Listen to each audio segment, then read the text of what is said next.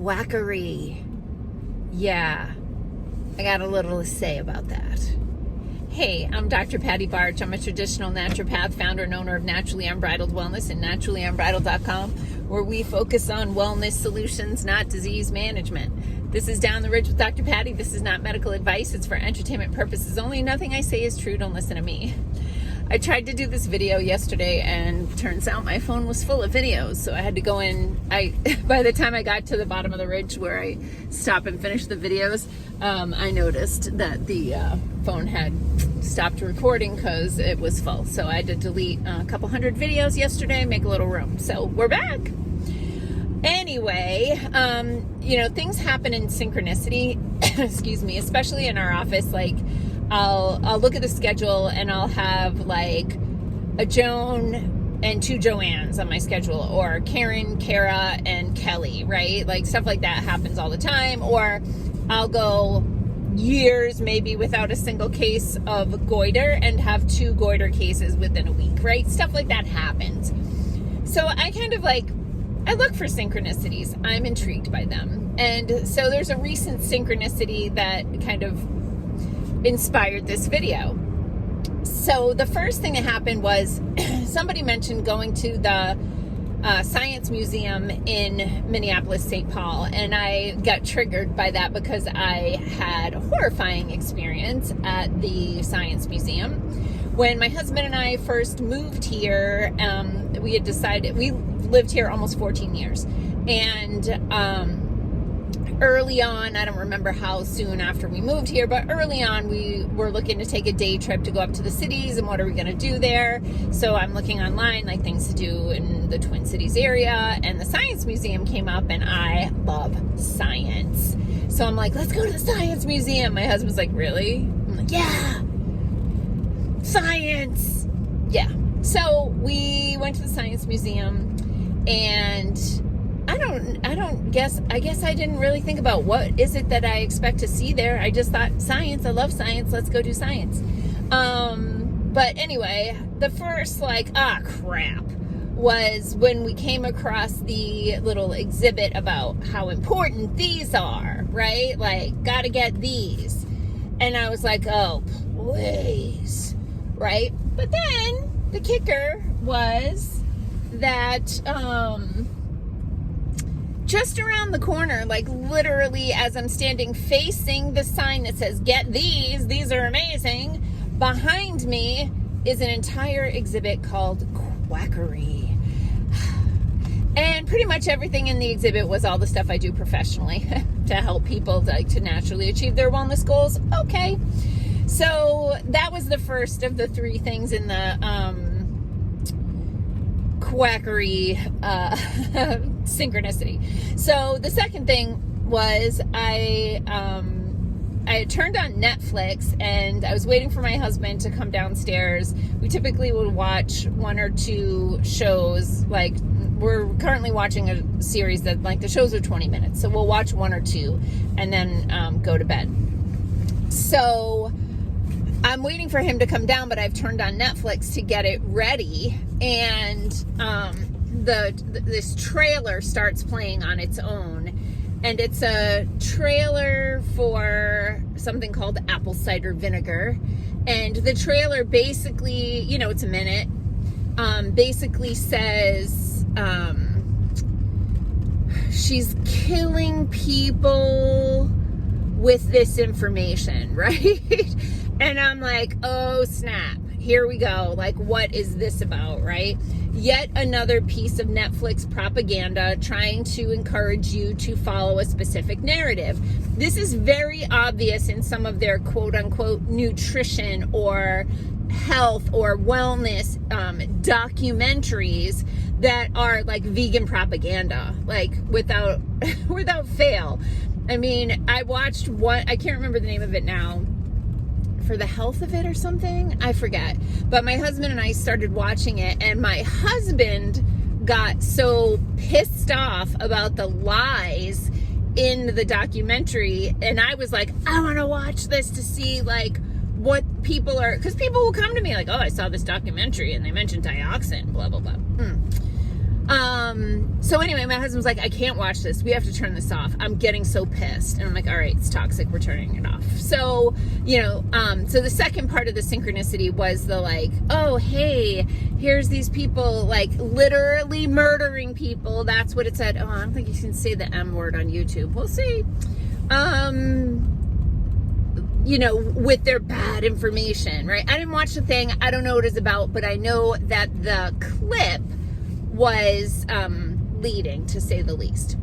The third thing that happened in the synchronicity was I mentioned in a video a week or two ago that I've been invited to be a keynote speaker at an event for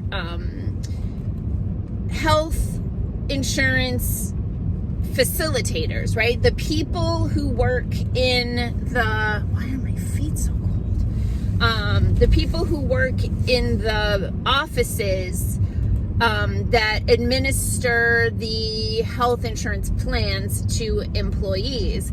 They're going to come and hear me talk to hopefully have their mind opened to quote unquote alternative methods to approach health and wellness. So it's a 2.5 hour talk. So I am like working on the presentation. I'm going to be working on it for months. I work on it half an hour to 2 hours at a time. And the section I'm on now is the history of natural health and medical model. And the thing I was working on yesterday or the day before was the Flexner report. So I'm going to summarize this quickly.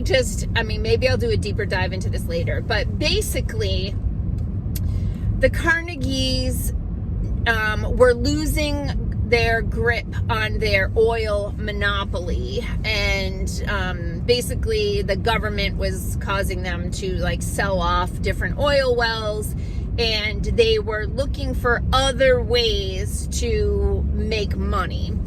And the Carnegies, Andrew Carnegie realized that they could use petroleum-based products. They were already using them to produce dyes, to color things, but they also realized they could use them to create drugs that could be used to treat different illnesses.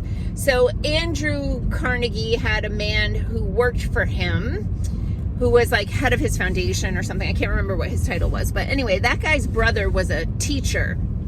And, from historical investigations, doesn't sound like he was like the world's best teacher, but he was a teacher. And so this guy said, hey, why don't we hire my brother to go to all of the medical schools in the country and, evaluate them and give us a report? And Carnegie's like, yep, let's do that.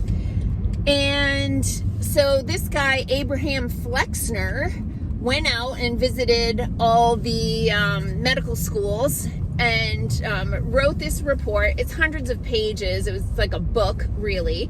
And it was funded by the Carnegie Foundation, basically to create a shift in medical education so that they would get away from natural ages, been around for ages, methods of addressing health and disease, and diverting that focus to petroleum-based pharmaceutical drugs.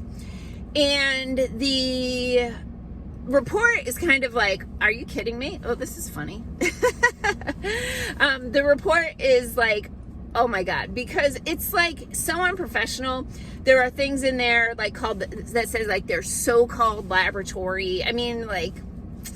Yeah. But worse than that, it was like blatantly racist and saying that they should close most of the medical schools that teach black doctors, and that we should get it down to 2, and that those black doctors should only be allowed to treat black people, so there's no chance that they would take a disease that comes from black people and give it to a white person. I mean, this is in his freaking report. And then there were also things in there about how women shouldn't be doctors. Then they went on to decimate anything that was not a drug approach to health. So they got rid of the things that had been practiced and taught in medical schools since like medical schools started, which were things like herbalism, hydrotherapy, the benefits of sunlight, like variety poultices, right? All these different things that have been used to help the human species to survive this long before petrochemicals came into existence. And that was the trigger. So the American Medical Association was also founded by Carnegie.